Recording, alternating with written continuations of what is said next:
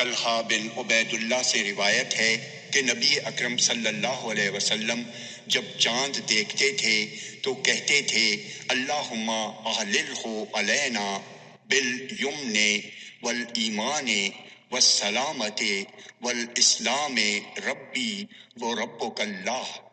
اے اللہ مبارک کر ہمیں یہ چاند برکت اور ایمان اور سلامتی اور اسلام کے ساتھ۔ اے چاند میرا اور تمہارا رب اللہ ہے۔ جامع ترمذی حدیث نمبر 3451۔ یہ حدیث صحیح ہے۔